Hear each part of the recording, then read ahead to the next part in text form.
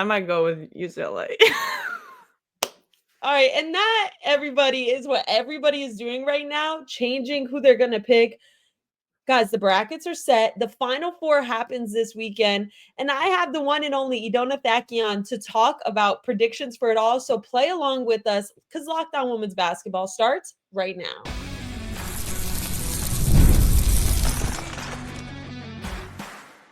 You are Locked On Women's Basketball, your daily podcast on women's basketball. Part of the Locked On Podcast Network, your team every day. Covered at the Next Hoops. We are all going to be there this weekend. Writers cranking out the best articles, social media covering it all at the Next Hoops and at the 9. And today's episode is brought to you by FanDuel. Right now, new customers can get $200 in bonus bets when your first $5 bet wins. Okay, so Edona Thaqi, you're back on Lockdown Women's Basketball. You've had quite the basketball season covering a lot of hoops as an analyst. Yeah. How is it now going back to the Final Four? I'm excited. I'm excited. I think this is the most exciting that the Final Four has been because when you look at all the teams that played, truly like anybody could win the national championship. I mean, you look at it last year, it was like, okay, it was Caitlin Clark, Angel Reese, like you knew who the team favorites were. But now this year, I feel like there was legit maybe 6 or 7 teams that were possible contenders. And you're paying attention to these like storylines the entire year. You're an analyst, you're breaking down all of the hoops that you've been covering. And before we started talking, little Connecticut natives, we can't not talk about UConn women's hoops because the past couple games, they've been impressing you a lot, right? Oh my God, absolutely. And I've said this before, coaches want to be playing their best basketball right now. And I think Gino Auriemma could not be more probably excited that his team is playing at its best. Like there were a couple stretches towards the end of that season where I didn't know at times if I even had UConn in the Final Four. Like they're just at times they didn't look great, but they've completely put on a switch. And I think a huge part of that is Paige Bueckers. Like obviously she has just been dominating the way she's been so aggressive. And in their recent game, to get to the Final Four, what impressed me is you watch the post-game interviews and the press conferences with Gino Auriemma, and he's like, I had to beg Paige to shoot the ball more, basically, like become more of that aggressor. And you can see it in her eyes, in her face. Like she is out for blood. I want to talk about that because we're going to break down each matchup. We might as well start with the later matchup, though. UConn, UCLA. I mean, two teams that are completely, they've been the big storylines, I feel like, this entire year. And of course, we're going to get to Dawn Staley. But when you look at UCLA and their record and what Lauren Betts has been able to put up, the amazing stat lines that she can do, she can average 20 points, but also bring down like almost 10 rebounds, 9.6 a game. They finished this entire season with a 34-2 overall record. But then UConn 35-3. So like these are both teams that aren't used to losing at all. One team is going to have to lose. If you had to pick right now, which team are you going to go with? UConn or UCLA in the later matchup for Friday night? Oh, you know, it's so tough because UConn is playing at their best right now. But I said this to you before when I was making my brackets, I had UCLA. So I feel like I just got to stick with that. I'm going to stick with UCLA. Ooh. But here's why. Because I think UCLA has such a presence on the inside with Lauren Betts, right? She can score over both shoulders. She gets deep positioning in the paint. She's just hard to guard. Now she's 6 foot something. I don't want to misspeak on that. But if you look at UConn, they don't have, yes, they have Sarah Strong and Jana, but Sarah Strong is not really that type of post back to the basket type of post player. Like she could play out on the perimeter. She's shooting the 3. She could pull out that defender, which now I'm curious, like who's going to play Sarah Strong? Is Lauren Betts going to be playing her? And is that going to be a mismatch problem? Because now you're pulling Lauren Betts out of the paint and that's causing her to play on the 3-point line. And that would probably open up stuff. But I'm curious who's going to be playing her. And I look at Jana as well for UConn. I just don't think they have that experience inside the paint. So that's where I want to go with UCLA because I think they can go inside out with Kiki Rice, Lauren Betts. And when you have a team that can do both and score in a multitude of ways, I think it makes it really difficult to guard. Okay, and that's what makes them so good. Do you feel like that's how they've been playing? That's kind of their style. Is we're going to balance things. If Lauren's having a game, she's having a game. We're going to go down low, but they have a more balanced team. Maybe I agree. And what was really impressive too, UCLA against LSU, like they showed in stretches that they could play without Lauren Betts too. I remember throughout the when I was covering the Big Ten earlier this year, Lauren Betts like hurt her ankle and they had to play without her. They got some big quad one wins without Lauren Betts. So like having Lauren Betts in the game is just an added plus. But this team very much so is very balanced. Now, the thing that makes UConn dangerous as well is they have lethal scorers at almost every position. You have Sarah Strong, who can score on the perimeter.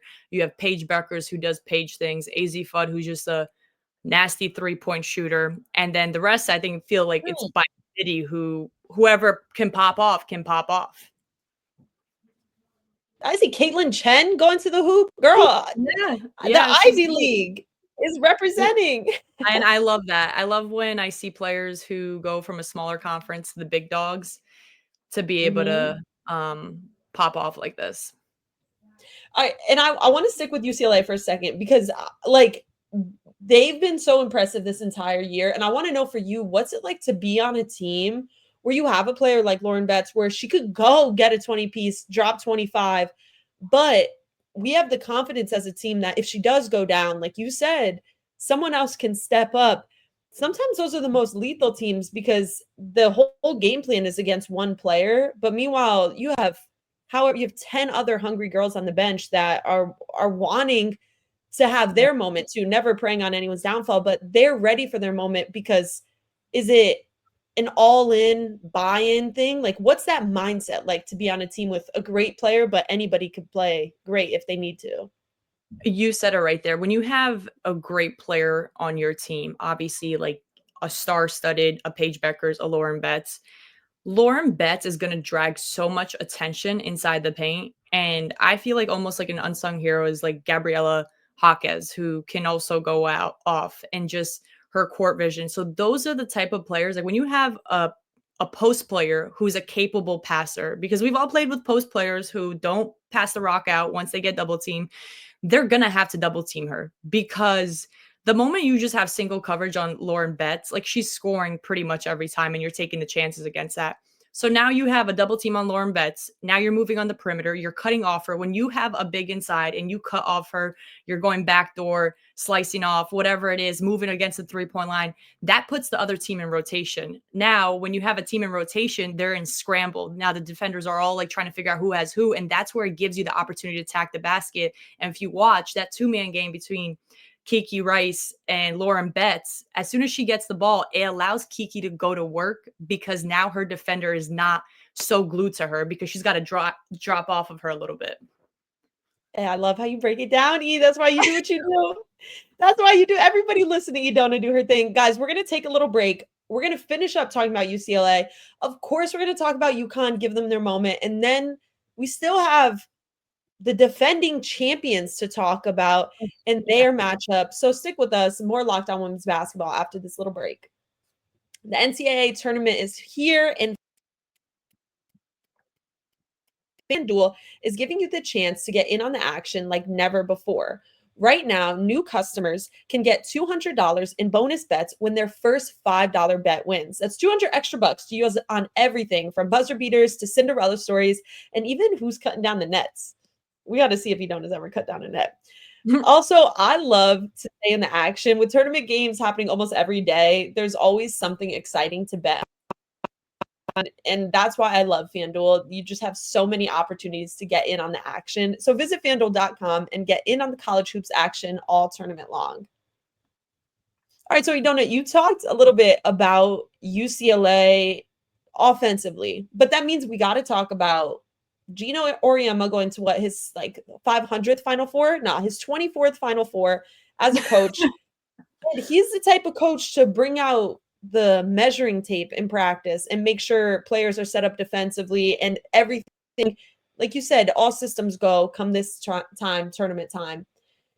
We'll get to their offense, but I want to talk defensively real quick. What can they do? You're talking about the communication a little bit, placement, things like that. What can UConn do to make sure that they're winning each quarter defensively against UCLA? Yeah. First off, Lauren Betts, she's going to get hers, right? She's going to get her points. But you said this, and I always think this is what makes teams lethal. It's that star player, but it's the second and third player who can also pop off. What you can't have happen is Lauren Betts score a 20-piece, and now you got somebody from the outside also scoring a 20-piece.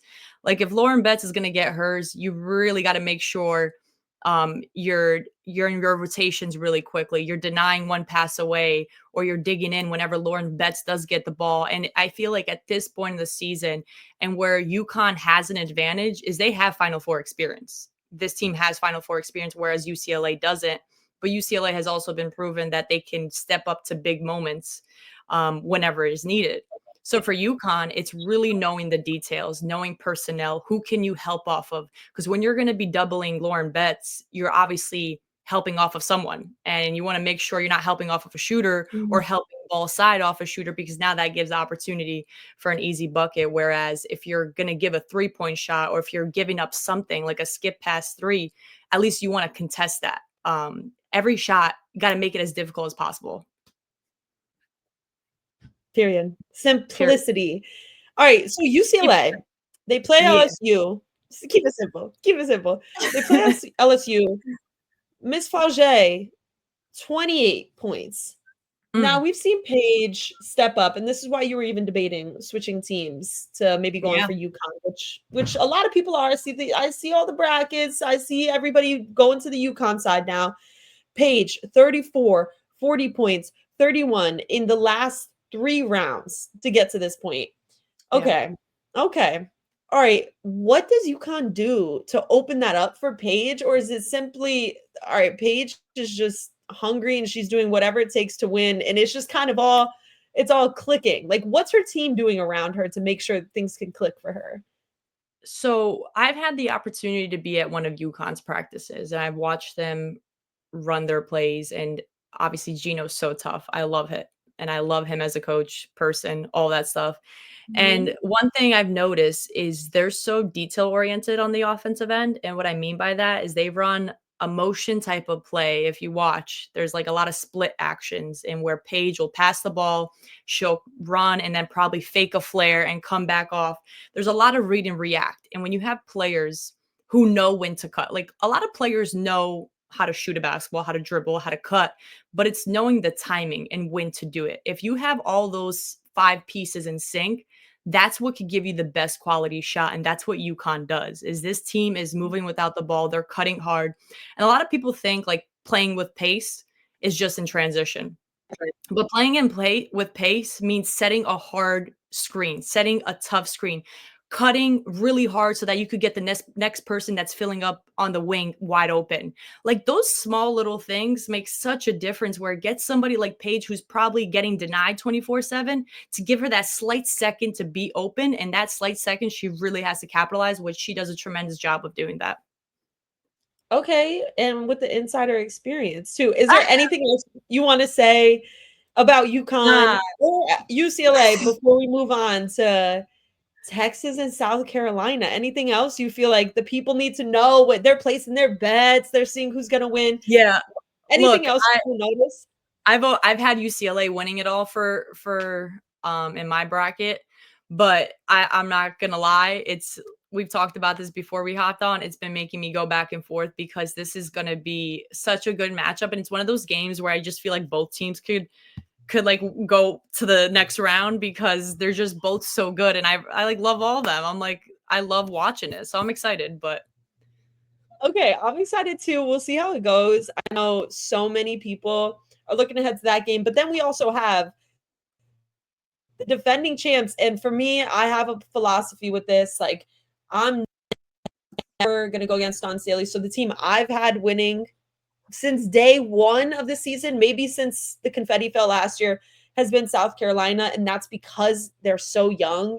And there's so many different reasons. I know in the other episode of Locked On, it came out today. Make sure you guys check that out. But Jordan talking a little bit about Tessa and how Tessa stepped up as a freshman. So she's anticipating Tessa time in her little sophomore campaign.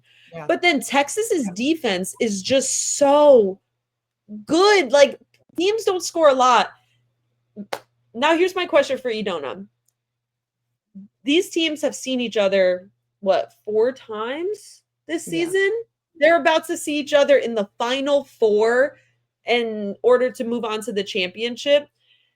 What's it like preparing for a game where you're like, okay, they got us here, we beat them here, in this game, this game, this game. You have so much detail on all these teams, on each team.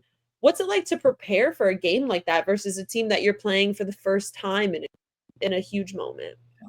At this point, it really comes down to, like, you've faced this team, you know what they do, you know their offensive style, the way they play defense. Now, both coaches may throw some different defensive adjustments, I assume.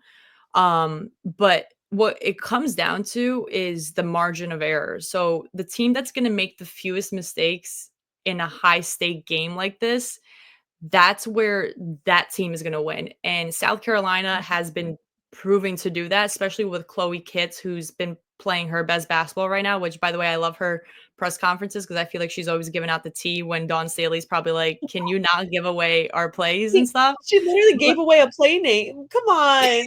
Come on. Yeah.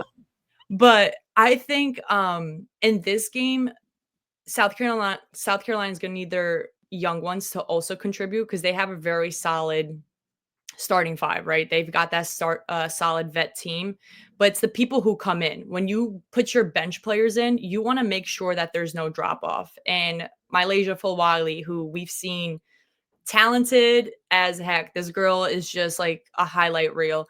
But can you have those players in this big moment, a young team in this type of environment, step up to that? Now, to answer also your question, for me, I think this game is going to come down to, can Texas score enough points against South Carolina? South Carolina can produce at a high level. Now, defense wins championships. We talk about this. Every coach talks about this. But I think there does come to a point where you got to put the ball in the hoop. And I've talked to many coaches throughout the season where they've struggled offensively and their defense, they feel like their defense is good, but they say, hey, like, we got to put the ball in the hoop, or like, you got to make some 3-point shots. Now, Texas is not really a 3-point shooting team. They're predominantly a paint type of team, with especially Madison Booker, who's just freaking nasty with the mid-range.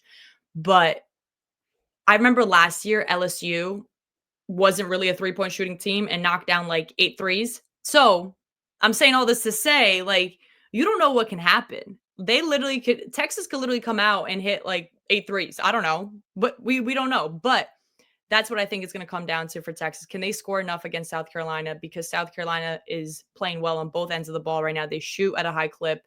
They can produce at a high level. They've got scorers at almost every position, especially Chloe Kitts right now just dominating. Texas, can you stop almost every of their scorers? Guys, we still have so much to talk about with this matchup. I only have Edona on for a little bit more, so stay tuned after this because we're going to dive in more deep onto how Texas needs to prepare to beat South Carolina, what South Carolina needs to do to hoist the trophy at the end of this weekend for the 3rd time in a row. And then we're even going to talk a little bit more about Dawn Staley. So stay tuned. More coming up after this. Daylight savings snuck up on us again. And if you're feeling lost, like you lost an hour of sleep, 5-Hour Energy has your back. The extra sunshine means more time for fun, but sometimes you need a little boost to power through. Whether you're staying up late watching the NCAA tournament, squeezing in a round of golf after work, or just trying to keep up with your busy day, 5-Hour Energy gives you that quick, refreshing pick-me-up whenever you need it. I've been staying up late watching all this tournament action, guys. I'm sorry about the bags, but it is how it is. It's that time of year. And 5-Hour Energy helps keep me up the next day. Head to 5hourenergy.com to find over 15 flavors to choose from, including watermelon, blue raspberry, and peach mango. You can even build your own 12-pack or 24-pack delivered right to your door. Need one now? Grab a 5-hour energy shot at your local grocery or convenience store. They're everywhere. Stock up today and stay energized. Okay, so Edona, I want to talk to you a little bit about the idea of a team's best scorers. You mentioned Malaysia a little bit. Joyce, like they're coming off the bench for I South know. Carolina. That's the crazy part. And justice for the bench. We love the bench, but they're We've coming been off there. the bench. Come on.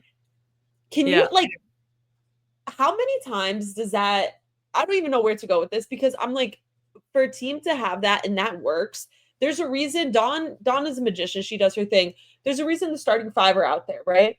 But then you have like the shiftiest player in college basketball in Malaysia coming off the bench, like the cleanest little layup. She's so smooth, walking highlight reel, like you said. What's going on there? Like, is there a reason they're not starting? I know a lot of people wonder about that. Like, what's going on with the coaching juices there? You know, those are the moments that we obviously don't know what happens behind closed doors, but I can anticipate like there's some players who do better when they come off the bench, or there's some players who need to start to have that game. Or I remember me, like as a player, whenever I was sitting on the bench, I kind of like to see what was happening those first 5 minutes. Like, am I going to be running up and down the court? How am I going to play this person? I'm watching the person I'd probably sub in for and see how I'm going to play defensively and what that player's doing, what I want to take away from them. So I think Dawn Staley is so lucky, not even lucky. I mean, she's recruited these players, like she knows what she's doing, but to have players who can sub in and not have that type of drop off, like there's just talent all across the board. But second, it speaks to their culture.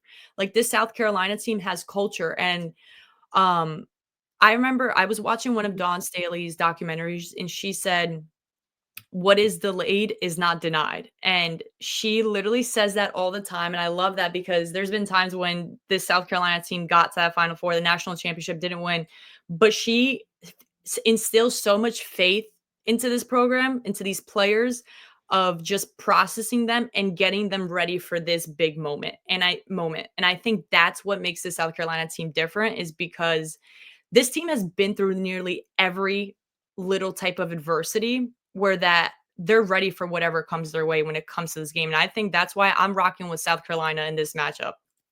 Oh, I love that. And you kind of, I know you and I, we're besties, by the way, if people don't know, but people didn't know that. we say things like that all the time. What is delayed, what is not denied. And we've had the benefit of great coaches throughout our life that remind us of who we are. I know every coach in this tournament does that. And maybe, like we'll give some love to Vic Schaefer more this weekend, but I just want to stick with Dawn to end this because she's going for a 3-peat. I still don't think a lot of people talk about them. I will say, of course, like we haven't seen their best basketball, for long stretches, but if you have a coach like Dawn, are you feeling like that more comfortable, not just because she has experience in winning championships, but also because she genuinely believes in this team that she calls the daycare? Like, how much more comfortable do you feel going into the biggest weekend of your life? Yeah. When you have a coach who believes in you through and through, believes in this program, it makes a difference in the world. And Dawn Staley, I love listening to her because I feel like she breathes confidence into players. Like you've seen throughout games, there's probably times when a player's not doing well. Like that's also the attitude and culture that this South Carolina team has. But what makes a team great, especially in these moments, is great teams find different ways to win. So this South Carolina team throughout the season has had to find different ways to win. And when they had one of their biggest loss this season, which everybody was like, "Oh my God!" Like South Carolina lost. People were like, "What's happening?" But what you see from Dawn, she never gets too high, never gets too low. You watch her on the bench; she's never getting rowdy. She's never getting like sitting on the bench, head down if they're losing. Like, she's just steady. When you have a leader who's steady Eddie, that's what will help you get to that natty. And it's why she's a proven winner. Hey, okay, Edona, I and the whole lockdown listening community are so grateful to hear you break down the games. You really do it like no other. You're so great at what you do, and I'm excited for the Final Four with you this weekend. Thank you for coming on. Thanks, Gigi. Always love being here with you. Bestie. Bestie.